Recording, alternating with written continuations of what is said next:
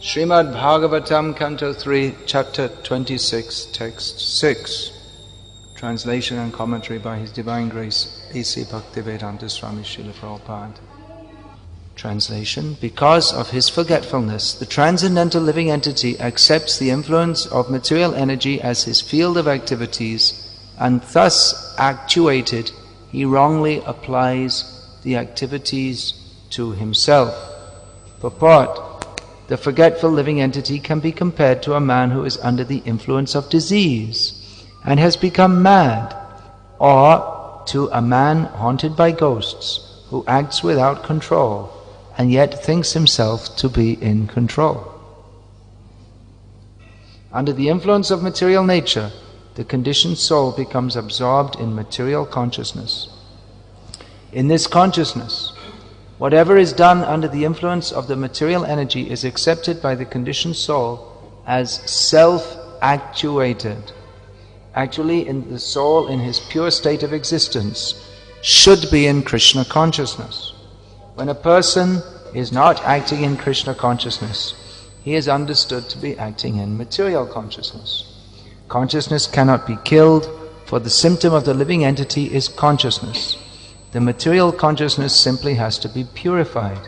One becomes liberated by accepting Krishna, or the Supreme Lord, as Master, and by changing the mode of consciousness from material consciousness to Krishna consciousness. Om Jnanatimirandhasya Jnananjana Shalakaya Chakshurunmilitam Yena Tasmai Shri Gurave Namaha Vandeham Shri Guru Shri Yataf Padakamalam Shri Guru Navaishnavamscha Shri Rupam Sagrajatam Sahagana Raghunathan Vitam Tam Sajivam Sadvaitam Savathutam Purijana Sahitam Krishna Chaitanya Devam Shri Radha Krishna Padan Sahagana Lalita Shri Vishakhan Vitamscha. Hare Krishna, Krishna Krishna, Hare Hare, Hare Rama, Rama Rama, Hare Hare.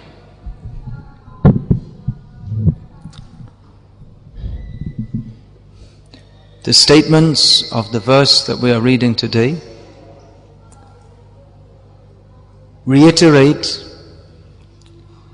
principles that anyone who's been associated with this movement for even 1 or 2 years should have heard many times.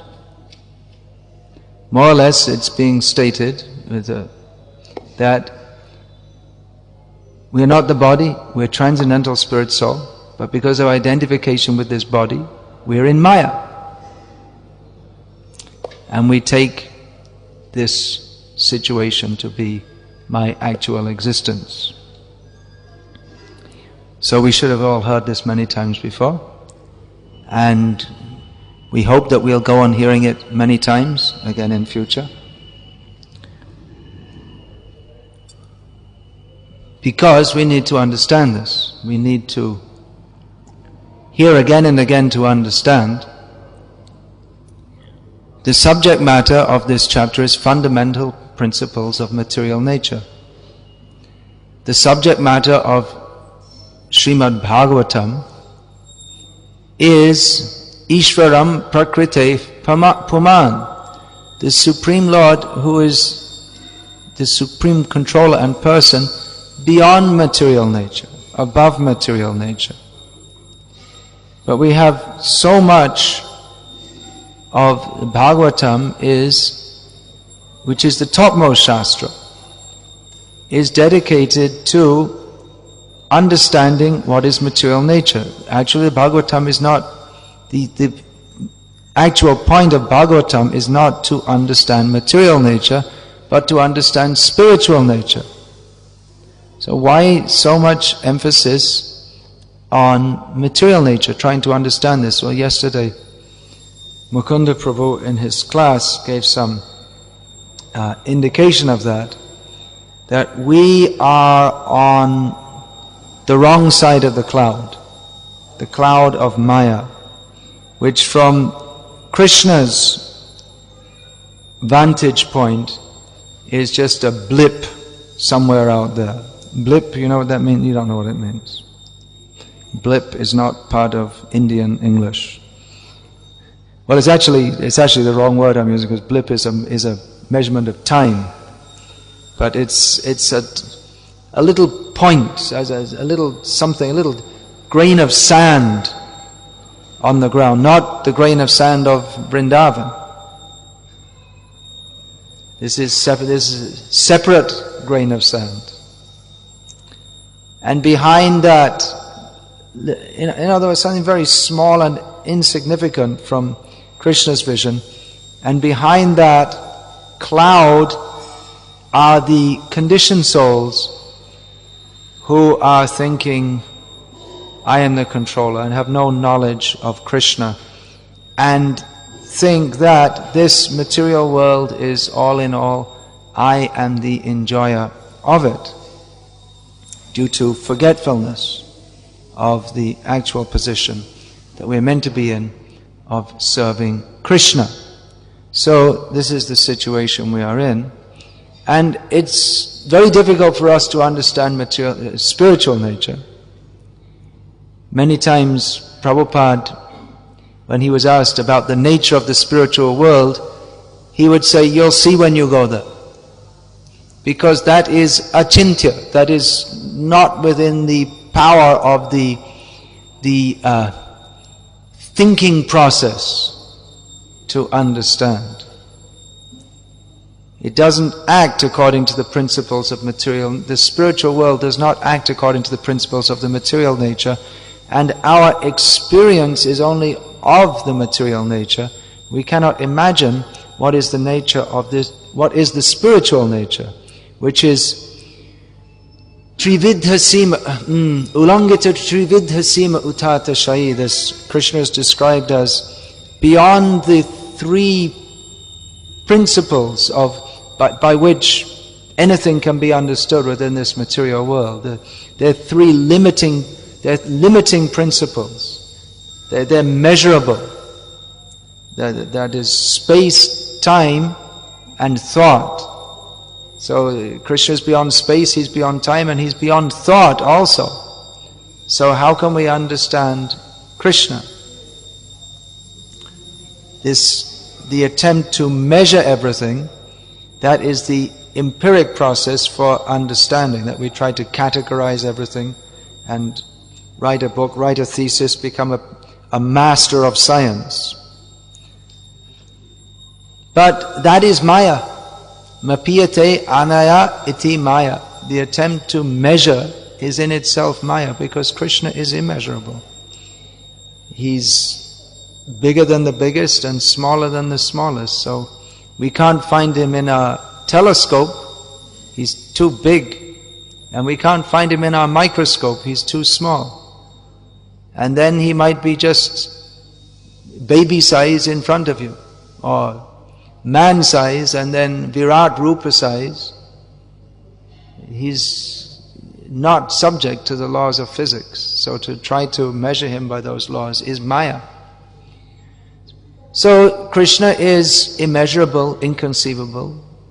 And actually even the material nature is inconceivable. We use the term achintya to describe the spiritual nature, but even the material nature is achintya. We can't understand. Who can understand? You can describe it to some extent in terms of science, how the tree comes from the seed. But it's actually what we see around us every day. Miracles of material nature, what to speak of spiritual nature, how the mighty tree can come from a tiny seed. How the ants, if you drop a grain of sugar, within minutes they'll be there. There are so many things. How the birds, Arctic terns, one species of bird, they fly every year from the North Pole or the Arctic Circle to the Antarctic Circle. They don't have a modern radar or maps or any such thing. Or the salmon, one species of fish, they what's the word? They lay their eggs, they spawn. in a stream, in a freshwater stream. Then the eggs hatch, and the fish swim out to sea, and they go out in the mighty sea, and then they come back again to the same spot inland in the river to again lay the next generation. How is that possible? So many things.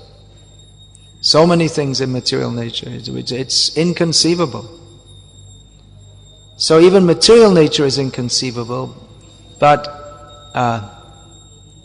it is being described to some extent within the Bhagavatam because we have some conception of what material nature is like. So Krishna, who is Ishvarang Prakrite Param, he is beyond this material nature. And we're also beyond material nature. We're supposed to join Krishna in spiritual existence. Krishna is being described to a large extent within the Bhagavatam in relationship to his material nature, so that from our present position we can begin to understand that and relate to that. We are impressed by hearing about how he is creating, maintaining and destroying everything. Although actually Krishna's lifting of Govardhan hill is far more glorious and relishable to the devotees than Krishna's creating millions of universes. But persons who are not able to appreciate, or they're covered by the maya of not loving Krishna, they will not appreciate this very much, Krishna's lifting Govardhan hill. So they may appreciate how he is such a great person, that he is creating, maintaining and destroying everything. So principles of material nature are being described.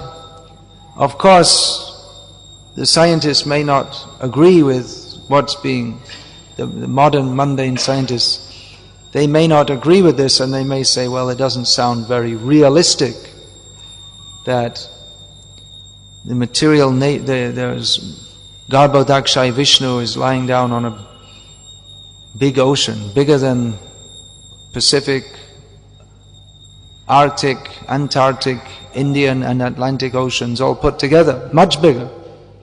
He's lying down on that, on a big snake, and out of his navel comes a flower, and on the top of that flower is born a four-headed gentleman who eventually creates this material world, or creates within this material universe. And they say, well, that doesn't sound very scientific. Well, even Brahma, he had trouble understanding it all. Even he himself, before he got his engineering degree, how to create the world, he was trying to find out how to do it. And he found out from Krishna. He was bewildered, what's going on here? So Krishna gave him the knowledge by which he could create the universe. So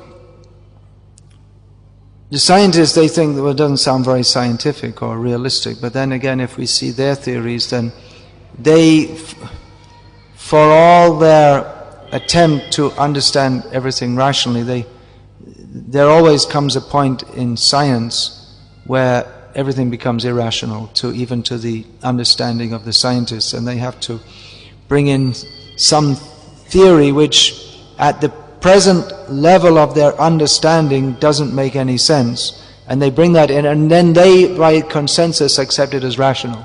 What they call rational is what they agree to accept as a fact, and to the ordinary man it may seem irrational. Just like there are so many instances in mathematics, we all learn at school that there is no such thing as a square root of a negative integer.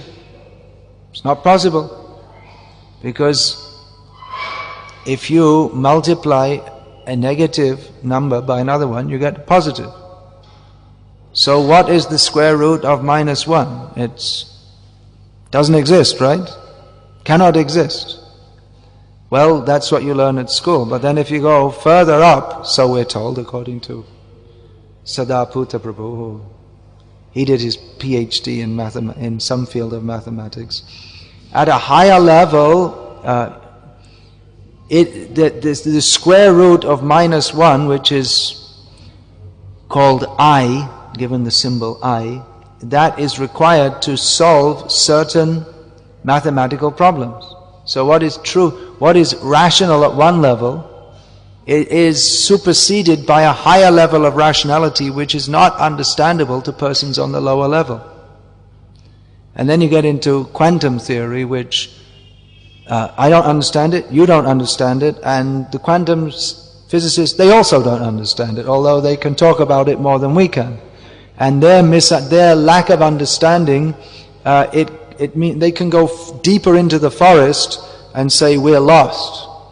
But we can't even go into the forest because it's not understood. Everything which they might expect doesn't happen. Everything that you might predict according to the laws of physics doesn't happen. And the only thing it's highly, whatever you say in terms of quantum physics, another quantum physicist will disagree. So when you get to a higher level, it's not so rational as it might seem, as I've many times given the example. That some years ago I read that among astrophysicists there are about 2,000 theories about the origin of the universe. Well, how many astrophysicists are there in the world? Probably not many more than 2,000 anyway. So they all have different theories, or some of them may have several different theories, but it seems they don't really know what's going on. Otherwise they wouldn't have so many theories. There's a lot of theories, isn't it? If you consider each theory has to be backed up with pages and pages of mathematics, which most people they get indigestion just by looking at. And to be accepted as a theory, it's not that you write it down, but it has to be scientifically refereed. That means it has to be put in some scientific journal, and other scientists will say, well, we can accept it as a theory. It passes as a theory, although they don't really know what's going on, but it's something we can think about. So it may seem absurd to the scientifically minded person that this universe is coming from the lotus of Mahavishnu, of the navel, Garbhadakshay Vishnu. And Garbhadakshay Vishnu himself, in the universe he's lying down in, that came out of the hair follicle of Mahavishnu. Sounds highly unlikely. Well, expect many highly unlikely things. If we're going to go higher, then we can expect highly unlikely things. And even material nature is it's not possible to understand by any empiric process. The only thing that the honest scientist, which is an extremely rare species, they're saying there are so many extinct species or nearly extinct, so one that is always very hard to find. The honest scientist will admit, they don't admit because they're not honest, but an honest scientist should admit that we only have very, very little idea of what's going on, and if we try to go deeper into the subject matter, we can expect to discover more and more things which don't fit with our present way of thinking, or even with the fundamental principles of science as we know them today. Of course they can't say that, because then it just sounds like there's no science, and science is supposed to give us some assurance of knowledge that we know what's going on. You can say that to some extent, that we can we know enough of what's going on in this material world to be able to manipulate nature to make space rockets and computers and satellites and egg timers and different kinds of things are produced, although we're not in control of the reactions. When we're not at the time of making these things, we're not aware of the far-reaching reactions that these have, that making all these things have. Now it's become apparent that all this industrial progress, as it's called, has produced tremendous side effects of pollution and contamination of the environment, and what to speak of the more subtle effects, the social effects of producing all these things. So it's something like producing all these industrial goods is something like Ashvatthama throwing the Brahmastra, but he doesn't know how to bring it back. He thinks, well, that's a good thing I did, but he's just a fool. He's a foolish person. It's not he thinks it's in his control. Yes, now I did what I wanted to do, but it's not within his control. He's incompetent.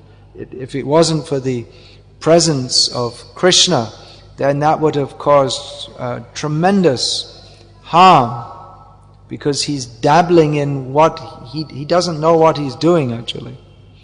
So Shastra gives us the fundamental principles of material nature.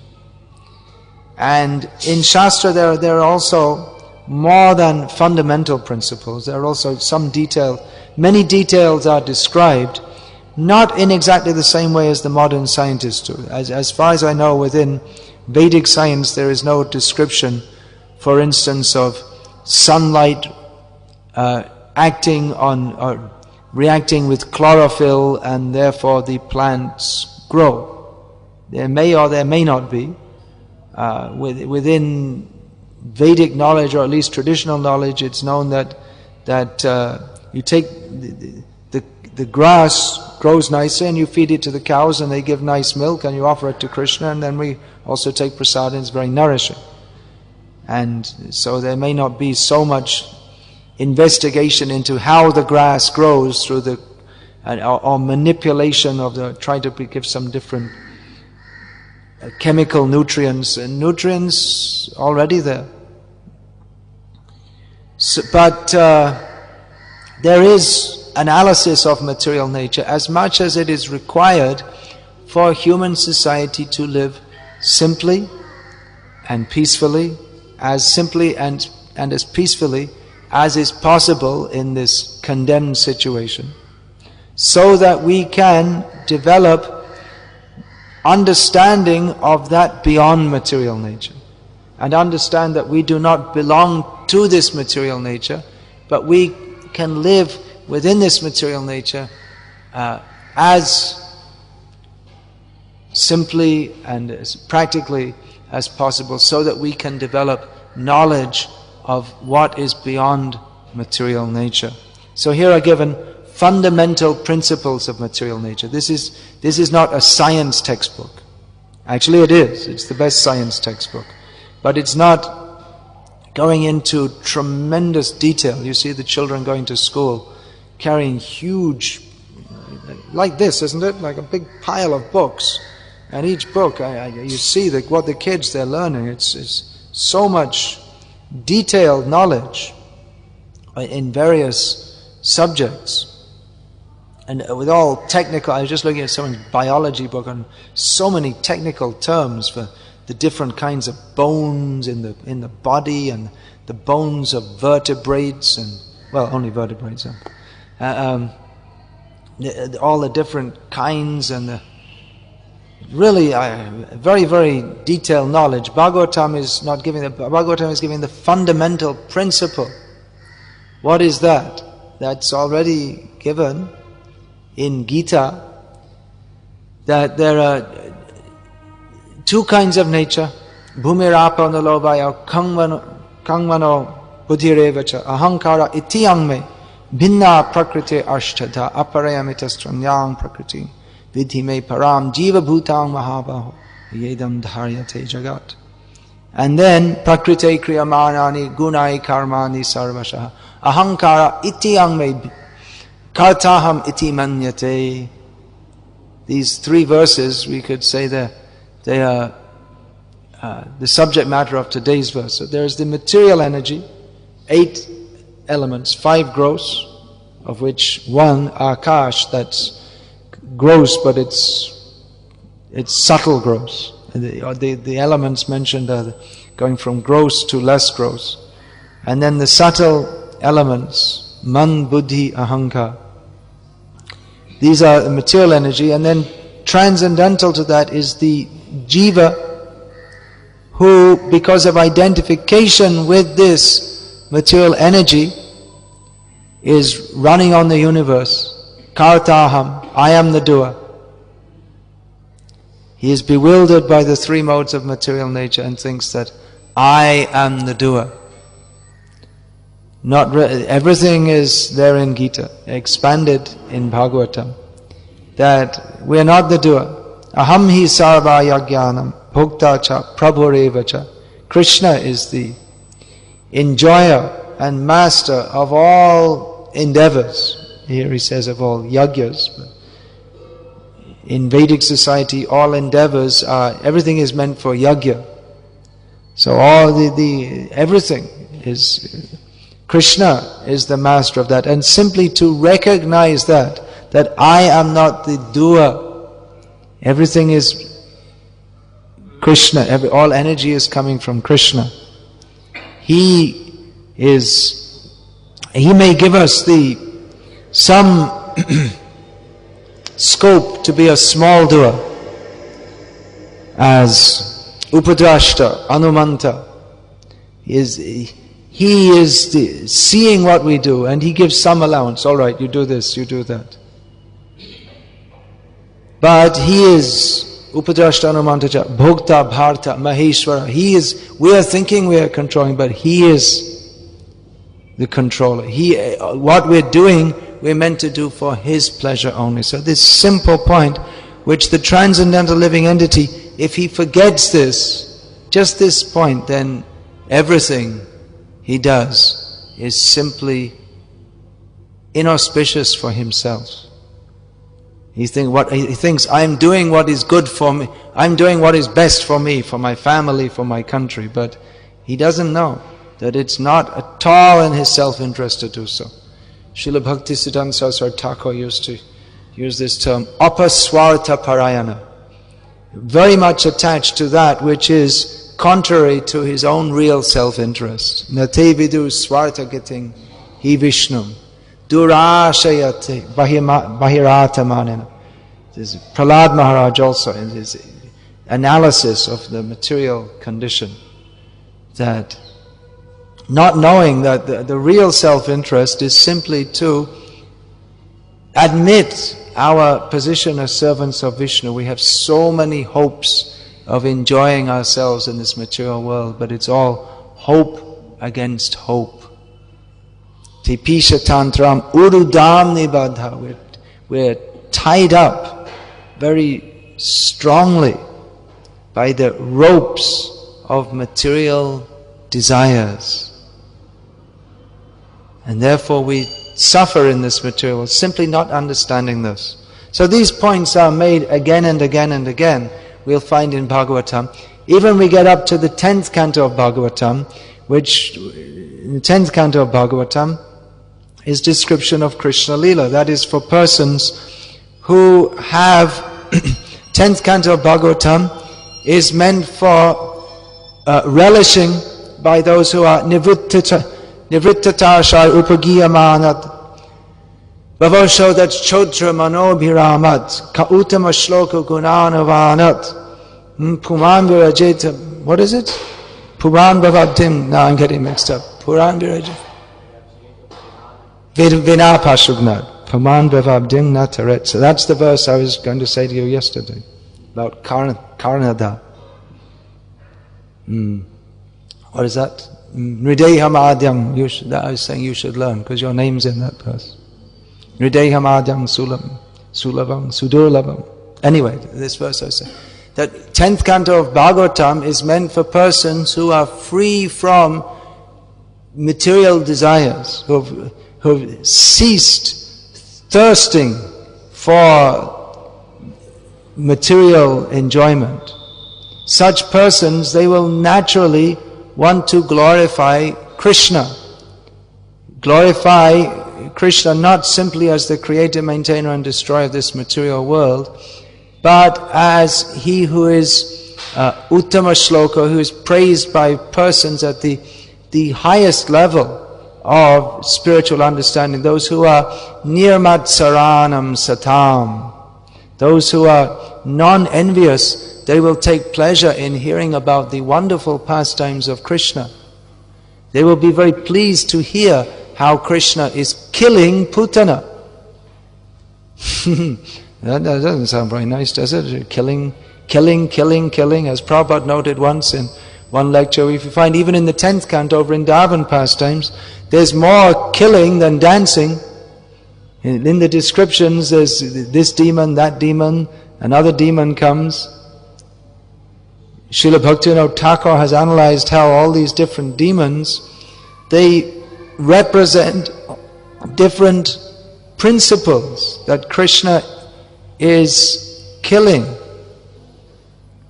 Putana is the false guru. And recently that magazine came out. Then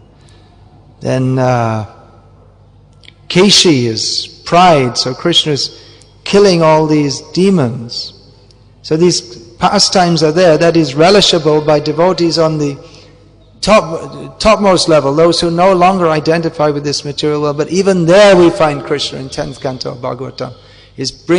We find in the 10th canto of Bhagavatam, Krishna is bringing us again to the fundamental principles of spiritual understanding. We find right in the 10th canto of Bhagavatam, the yasyatma buddhi kunape tridhatuke swadhi kalatradishu bhoma ijjadhi yatirtha buddhi salile nakarhi jijjaneshvabhigneshu sa eva gokara.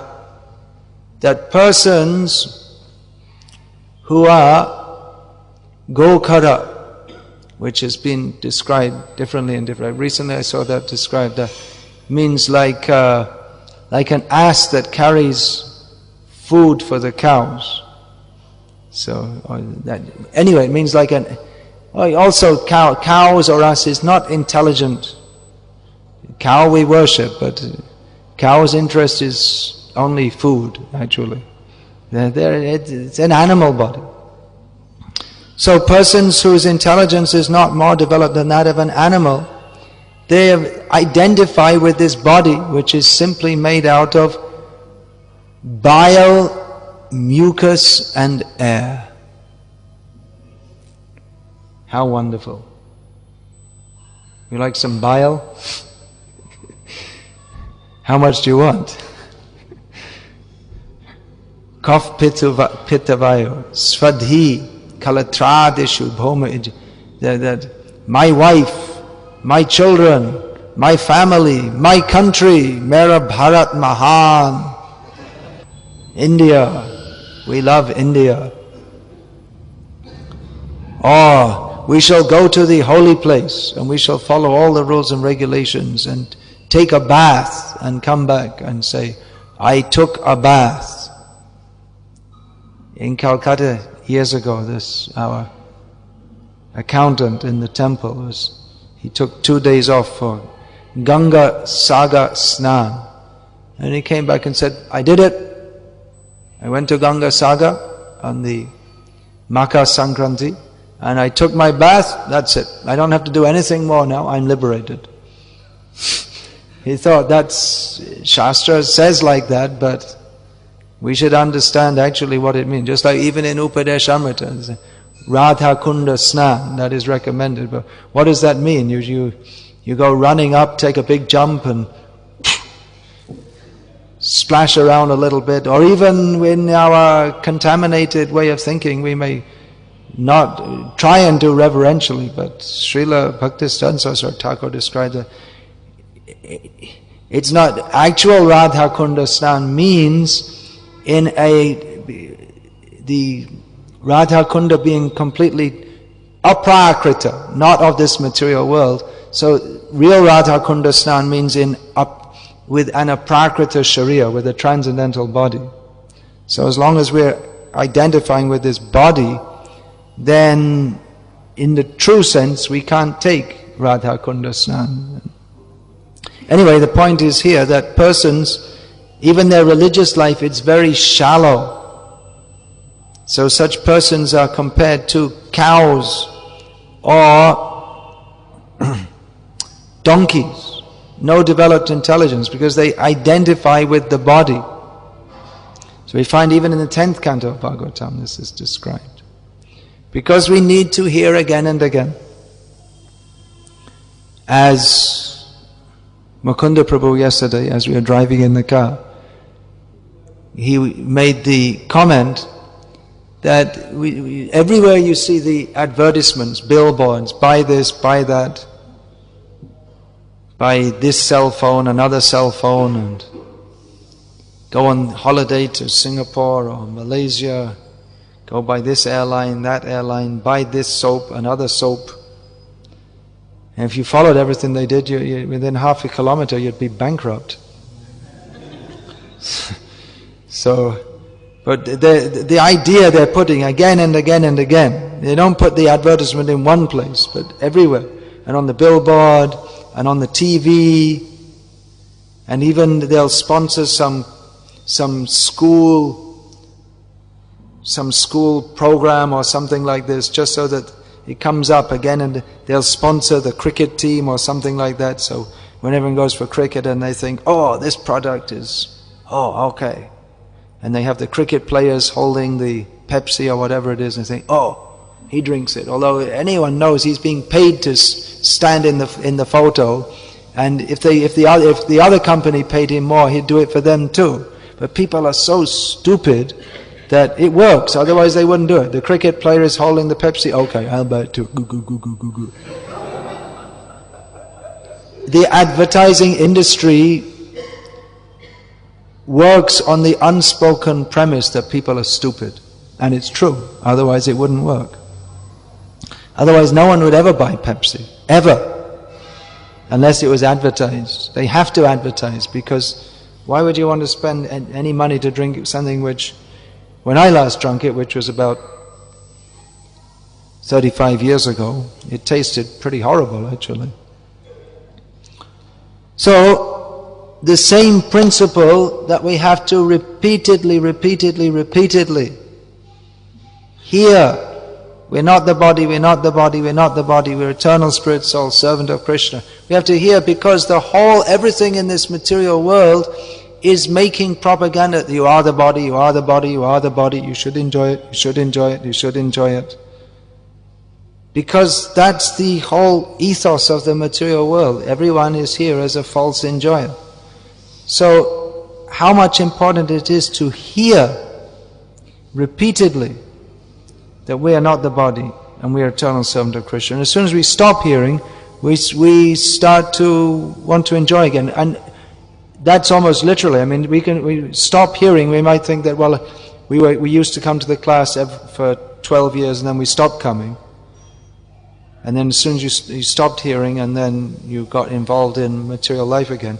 But practically, literally, as soon as we stop hearing, everyone, including myself, as soon as we get out of this class, we'll start to think, I am this body, I am this body, I am this body. So what to do? Put on some earphones with, you're not this body, you're not this body, you're not this body. Well, we are recommended, Kirtaniya Sada Harihi, chant the holy names of the Lord. It's a good practice to purify this unchaste tongue, which likes to talk of topics. Gramya Kata means topics which reinforce the consciousness that I am this body and I am meant to enjoy it. So, hearing and chanting should go on. Shravana Kirtan, Karo Anukon Ashata Pachala Chari. We are recommended that go on hearing and chanting all the time and give up all nonsense talks. Kahe premananda manusha janama shafala kara nabhari. We should, having got this rare human form of life, we should make it successful by hearing and chanting about Krishna. And don't put it off, that I'll do it later after 3 weeks. I have a little business to do, I'll do it later. Always there's something to do. There's always something else to do. But the most important thing we have to do is hear and chant about Krishna, which means not only about the pastimes of Krishna, but we need to hear, not only about his transcendental pastimes, or his pastimes which are fully concerned with the spiritual energy, but we have to hear about his pastimes of how he creates, maintains and destroys the material world, so that we can understand our position within it. What is our position within the material world? We don't belong here at all. We belong in the 10th canto, not in the 3rd. That's where we're supposed to be. But we're identifying not even with the 3rd canto, we're identifying with India Today or the Deccan Chronicle or something like this. Cine Blitz. So we need to hear, even after hearing the 10th canto, the 11th canto is that we should hear also, to solidify. That's not just put there just for people who got fed up of hearing the pastimes and they want to get back to some gyan or some. The Prakrita Sahajiyas, they interpret like this, that these sections of Bhagavatam describing philosophy, that's for jnanis, that's not for real devotees. But real devotees, they must hear all the Bhagavatam and find Krishna everywhere. Krishna is everywhere. Krishna is in material nature. This is real understanding of material nature. This is real science, to find Krishna everywhere. So even science, we're not against it, but that science, instead of coming to the conclusion, asatyam apratishtam te jagadahuranishwaram, we studied everything and we didn't find God in our microscope or our telescope or any scope, so he doesn't exist. But instead of coming to that conclusion, we should come to the conclusion that we didn't find God in any of our scopes. How wonderful is he? He's not findable by the material process. But everything is going on by his control. So science, that's also meant for understanding Krishna. You know that verse? You should know. That's the motto of the Bhaktivedanta Institute. Prabhupada gave that. No, that they use that for the name of their magazine, right? Vijnanam. Jnanam te hamsa vijnanam. That all endeavors are meant for glorifying Krishna. What's that verse? Idang hipungsas tapasat shutasya va svishtasya suktasya cha buddhidatayoho avichutarto kavibhya nirupita. Prabhupada, when he always say nirupita, it's already decided, you don't have to do your research work. Ya uttama shloka gunanavadanam, that all endeavors of the higher section of human society, by performing austerities, studying Shastra. How does the verse begin again? Idang hipungsas tapasa shrutasya. Shruta means hearing, taking education. Svishta, sukta. But svishta, what does it mean? Svaishta. So endeavors for that which we desire. Suktasya means recitation of the Shastra. So chabuddhita, or all in intellectual endeavors, they should culminate in glorification of Krishna, who is glorified by the topmost intelligent people. So there are millions of things to say about this, and this discussion will continue tomorrow and forever, because that is the eternal function of the jiva, to glorify Krishna, who is the Supreme Personality of Godhead. Hare Krishna. If you like, you can learn these shlokas. That idang hi pungsas, that's the motto of the Bhaktivedanta Institute, and the Prabhupada gave it. And then this Nrideham adang sulabang sudur labam plavan sukalpo guru karnadharam mayanukulena nabasvateritam puman bhavabdim nataret sa atmaha. Lord Krishna compares the rarely attained human body to a good boat which is capable of crossing the ocean of material existence.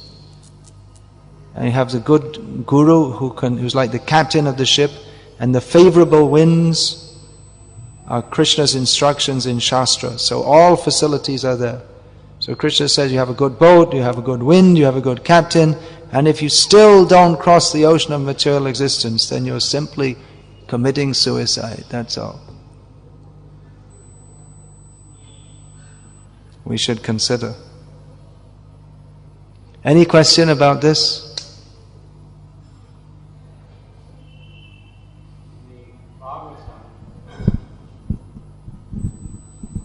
This is regarding the idea that there are many different kinds of concerns of the Srimad Bhagavatam with regard to the ultimate goal of pure love of God, as you mentioned. In this case, fundamental principles of material nature. So given that yesterday we heard that there are many different kinds of living entities created by Maya due to the differences in the modes that influence them, the question is, are all these different instructions of the Bhagavatam meant for everyone, or are certain sections more relevant to certain kinds Are of certain people? sections of the Bhagavatam more relevant? Well, Shukadev Goswami himself says that I've given many descriptions of the dynasties, of the kings, and so many topics to induce in the hearers the spirit of renunciation. They're not actually it's not actually the essential topic. The essential topic is Bhava, hearing about the beauty of Krishna. But what is essential may be considered also according to the platform that we're on. You could the patient in the hospital, it's essential that he takes the injection. It's not essential for everyone, so that he can get fit and healthy and then go out and play and do it. So the actual goal is to play and have a healthy body. But if he attempted to do that now, he'd get more sick. What's essential for him now is to take the injection. And he may not want to take the injection, but if he understands that I'm not meant to be lying on this bed, he thinks I'm very well today because today I'm feeling very well because my temperature is only 100 degrees and yesterday it was 101, so I'm feeling 1 degree better. So he may think, because in relative consciousness he doesn't know what his real life is meant to be, he's forgotten. So he requires treatment according to his present level. But the real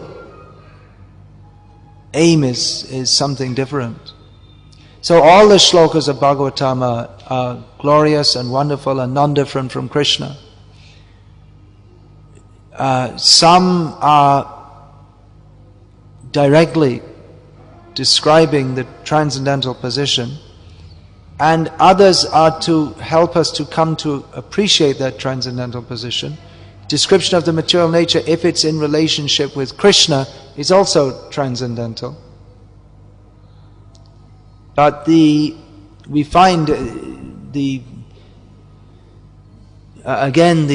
sages at Naimesharanya, they asked Sutta Goswami that you please describe all the topics of the Pandavas, Yadi Krishna Kathashrayam, if it's in relationship with Krishna. They weren't so much concerned about hearing how the Pandavas got up in the morning and brushed their teeth, and which also they're thinking about Krishna, but they want to hear topics which directly remind them of Krishna. So we'll also find in Shastra how to brush your teeth. It's also there in Shastra. Is there in Vaishnav Shastra also, or at least that you should brush. and what kind of twig to use, and all this is there described. It's all, if it's seen in relationship with Krishna, then it's all transcendent, it's all devotional service. Although the point of devotional, brushing one's teeth is not in and of itself devotional service. If one does so for the sake of maintenance of the body so that one can serve Krishna, then it's devotional service. But the basic activities of Krishna consciousness are Shravanam, Kirtanam, Vishnu, Smaranam, Pada, Sevanam, Archanam, Vandanam, Dasyam, Sakyam, Atma Nivedanam. And if one brushes one's teeth in the spirit of Dasyam, now I have to serve Krishna, then that is devotional service. Otherwise you can brush your teeth according to Shastra, but if there's no motive to please Krishna, you may be following Shastra, but you don't get the actual result of doing so. So that wasn't a simple yes or no answer. Everything becomes perfect if it's in relationship with Krishna. But we also have to see what can be made in relationship with Krishna. There's the misunderstanding of Yukta Vairagya that is very prominent in our society at the present time is that, well, anything can be used in Krishna's service, so we'll take anything and everything of this material world and Krishnaize it. Well, that's possible to some extent, but at the same time, Shastra gives us directions on what Krishna actually wants us to do. There's one thing is to do what we want to do and chant Hare Krishna and think that this is bhakti, which is not Shuddha bhakti. That is at best karma yoga or karma mishra bhakti. But bhakti means to do what Krishna wants us to do as described in Shastra. So, it's very prominent saying, well, we can use psychology, modern psychology in Krishna's service. We can readjust our minds, and then using our more balanced mind, we can serve Krishna better. But the whole process of modern psychology is based on atheistic principles. So, atheism is not very much usable in Krishna's service, or atheistic principles. This exactly is said in the purport here today. When a person is not acting in Krishna consciousness, he is understood to be acting in material consciousness. That sounds like a very simple, straightforward, axiomatic statement. We should repeat that over and over again. And what is Krishna consciousness? It means to act in the consciousness, doing what Krishna wants me to do. And we learn that from Shastra. Not this idea that, well, this is the Sahajiyas and Mayavadis' idea that, well, and mundane religionists' idea. The whole of mundane religion goes on this idea that if I am happy, then God should be happy with me. And I'm a pious person because I invoke God's blessings to make me happy. It's not actually religion. It's not dharma. But this is going on in the name of religion all over the world. And when that's brought into Vaishnavism, that's called Prakrita Sahajiya or Mayavad. Two sides of the same coin. So we have to learn what Krishna wants us to do. We can learn that from Shastra and act accordingly. And this idea that, well, I feel in my heart that Krishna wants me to do this. This is nothing but cheating. Self-deception. It may be correct if it's coming from Bhaktivinoda Thakur, who wrote that the pratyaksha of self-realized soul is the highest praman. So the sections that appear to be dealing with karma and gyan then have to be monitored or arbitrated by a bona fide guru. Otherwise, one doesn't really have any rudder in the sea of instruction. Exactly. Therefore, we have Bhagavad Gita as it is, and all other editions of Bhagavad Gita, which are written by intelligent, in many cases, pious persons with deep knowledge of Shastra. They miss the point altogether. And they think that Krishna is giving us different... You want karma? Okay. You want jnana? Okay. Whatever you like. But they read the same statement as the devotee reads, and they don't get the point. Sarva goyatamam bhuya shunu me paramang vachaha. Yatte hang priyamanaya vakshyami hitakamya. Now I'm going to speak to you the highest. No, that's actually, what's the verse before? Manmana bhava madbhakto. What's the verse before that? He says the same thing. That, anyway, he gives the word that this is the topmost knowledge. He says several times in Gita, but last time he says, before manmana bhava madbhakto, this is it. This is, all right, I spoke so many, this is it. Now this is the conclusion. But the persons who have, due to a different mentality, they don't want to surrender, they're envious of Krishna. So therefore, again, Krishna says, this shouldn't be spoken to those who are envious. And even if it's spoken, they cannot hear it.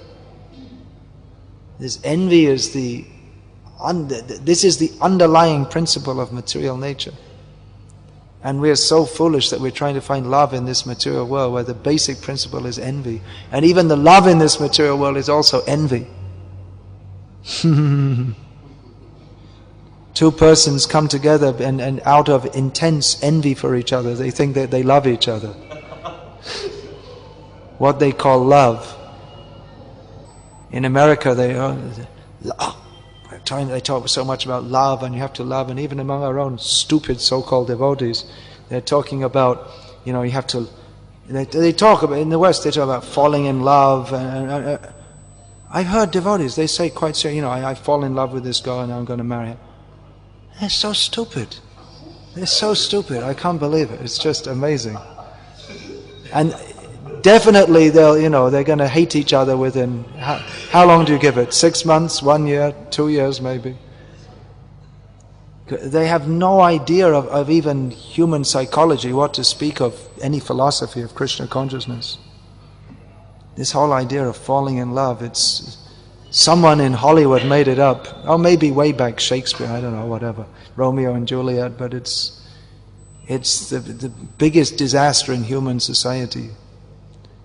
To think that I am made for you and you are made for me and we shall live together happily. And it's just so stupid. It's just...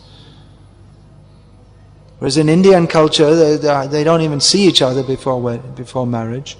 And they live very peacefully and nice, as much as possible, together. And there's genuine affection, as much as is possible within this material world. But they never go around saying, I love you, I love you. If you go around and say, I love you, it means actually you don't, but you have to make a big show just to convince the other person. If you actually love someone, you don't have to tell. That's why in Indian culture, also in the West, you have to, everything you do, you have to say, thank you, thank you, thank you. In Indian culture, you're not all the time saying, dhanyavad, dhanyavad. People think, what's wrong with you? If you're saying like that, it means you actually don't like me, or you don't, there's no relationship. Otherwise, why should you have to say dhanyavad? Automatically you do service or you do something for another person because there's a relationship. If you say dhanyavad, it means there's no relationship actually. Therefore you have to vocalize it. Otherwise it's understood automatically. Much more subtle culture, and this gross culture, I love you, and you have to hug and kiss and all the time, and this always ends up in divorce and husband and wife hating each other because they're completely the wrong understanding from the very beginning. They have no idea. Yeah, in India the culture's changed, just in the last few years, because they're promoting all these Western ideas. The latest thing that's come up is the sexual emancipation of women, that women should be free to have sex left, right and center like the dogs on the street. And before marriage, after marriage with different men also. It's all being promoted by the... There you go. Indian culture is spoiled now. And they're going to suffer tremendously, as they are in the West already. But they're so eager to become... they could at least wait till the next life to become a cat or a dog. Why have a little sanity in this life? But they're so eager. They don't believe in hell, but they're so eager to create it right here.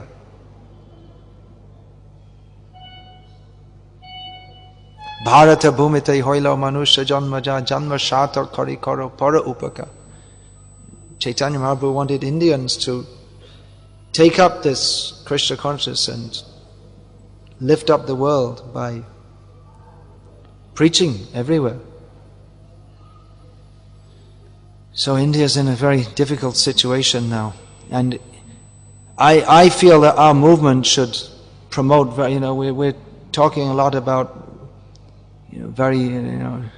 principles beyond the understanding of most devotees. A lot of talk about different leelas and this and that. Our movement should take a strong stand on the basic principles of human behavior. That no mixing of boys and girls before marriage. What are the duties of a husband? What are the duties of a wife? No divorce, all these things. On these principles. Otherwise, we're talking about very, very high things and we're acting like cats and dogs. Then it's false, and no sincere person will be attracted. So we should have our basic principles together first. And people will be attracted to that. Who's going to be attracted to high talk and then just not even basic moral life?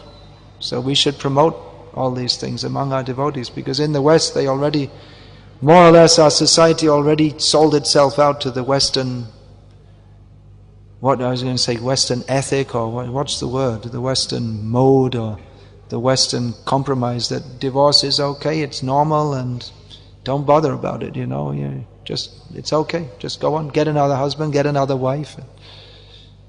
It's cat and dog life. Unfortunate but true.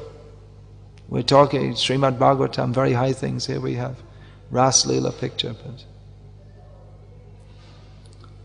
the West is a mess, and now India is very eagerly following.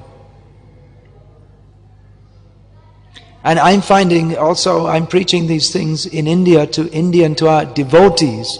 They also don't like to hear it, more and more. They're also, I don't know, they must be watching the TV or whatever. They go to school, and then there's the influence of the outside society. They say, the outside society, why are you depriving your wife? She should also be allowed to have her own career and her own independence.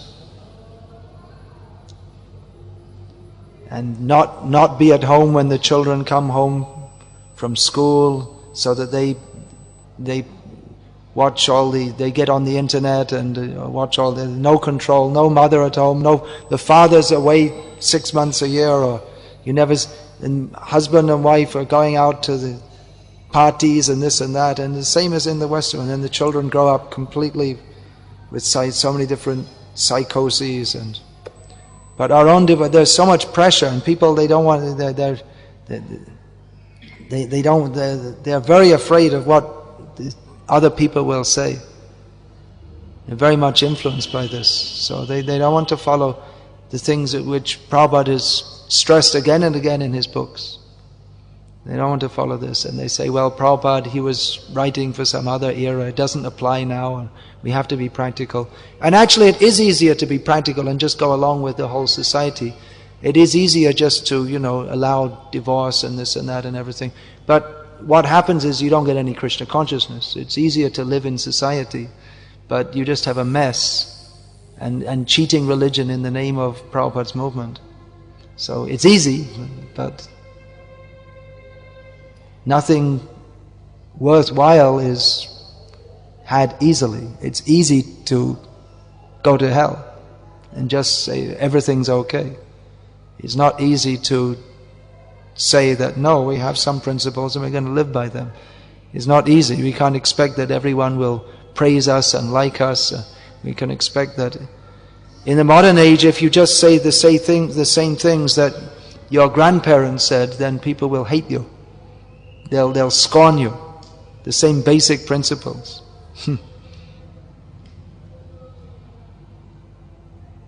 Now one young woman was telling me that she was dressing in salwar kameez, which is not even actually traditional Indian dress, but it's somewhat chaste compared to jeans and t-shirt. And her parents, who are from Gujarati Vallabh Sampradaya background, or telling, why aren't you wearing jeans and t-shirt? They want her to be a prostitute. Show off your body and so that others can enjoy it. This is modern India. Garv se kaho, kya कहना है गर्व से, शर्म से कहो सब कुछ.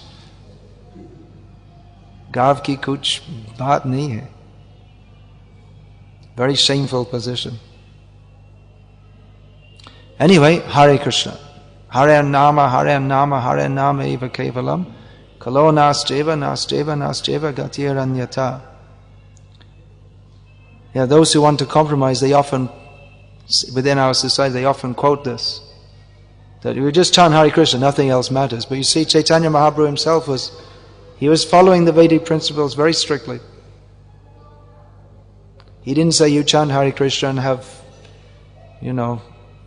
5 divorces a year. He never said that.